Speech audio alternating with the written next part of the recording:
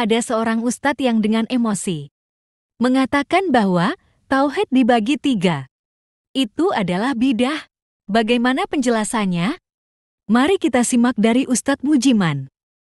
Lalu kemudian ada yang bertanya, tauhid yang 3 itu bid'ah karena tidak ada dalil yang menjelaskan tauhid yang 3. Sekarang saya mau tanya, pembatal sholat itu, rukun sholat itu juga, apakah ada hadis Nabi yang mengatakan rukun sholat itu ada 13 atau ada 14? Tidak ada. Itu semua istiqro.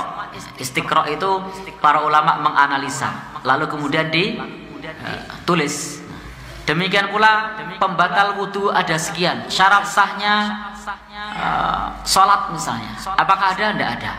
Maka bukan berarti istiqro itu adalah bid'ah. Sebagaimana kalau teman-teman tahu, apakah ada perintah Nabi untuk sholat tahiyatul masjid? Kalau dengan lafaz seperti itu tidak ada, itu istiqro. Ulama kemudian menamai sholat itu tahiyatul masjid. Nabi mengatakan, idza dakhala ahadukumul masjida fala yajlis hatta yusalli rak'atain. Kalau kamu masuk masjid, jangan duduk sampai sholat 2 rakaat. Lalu oleh ulama dikasih nama tahiyatul masjid, menghormati masjid. Nabi tidak pernah mengatakan sallu tahiyatul masjid. Tidak pernah.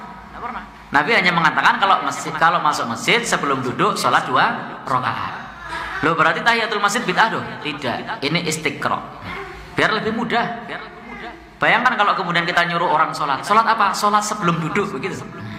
Kan Nabi mengatakan sholat sebelum duduk.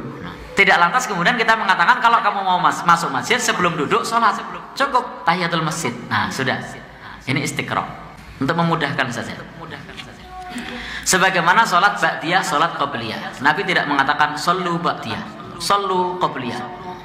Itu hanya untuk memudahkan memahami. Ini istiqra. Demikian pula mengenai masalah tauhid, uluhiyah, rububiyah dan asma wa sifat. Nah, itu karena memang faktanya ada orang yang dia sudah mengakui rububiyah Allah, tetapi dia tidak memiliki tauhid uluhiyah. Maksudnya bagaimana? Mereka mengakui Allah yang memberi rizki, mereka mengetahui Allah yang memberi hidup, tetapi mereka justru memuja yang lain.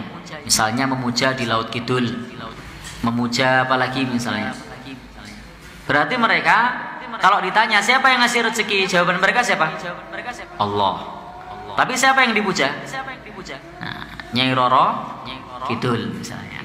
Berarti tauhid uluhiyahnya rusak. Meskipun dia tauhidnya rububiyah masih punya. Ketika ditanya siapa yang ngasih hidup? Allah. Siapa yang ngasih rezeki? Allah.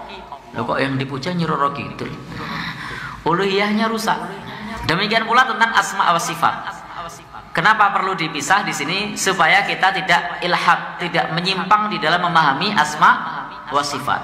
Supaya kita tidak menyamakan nama Allah dengan nama makhluknya. Maka ada bahasan sendiri bahwa asma wa sifat Allah itu laisa kamitslihi syai' wa huwas samiul basir.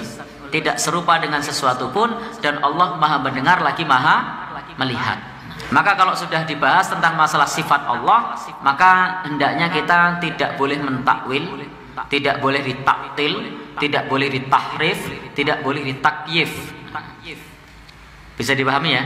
Tidak boleh ditakwil. Jadi di sini misalnya wasi'a kursius samawati wal ard. Allah punya kursi, tidak usah ditakwil. Pahami saja Allah punya kursi, selesai. Tidak usah ditakwil dengan kekuasaan, kepemilikan, apalagi keagungan. Sudah, Allah punya kursi. Kita tidak perlu kemudian mentakwilnya, tidak pula ditaktil, ditiadakan. Oh, tidak mungkin Allah punya kursi. Kalau begitu Allah butuh makhluk.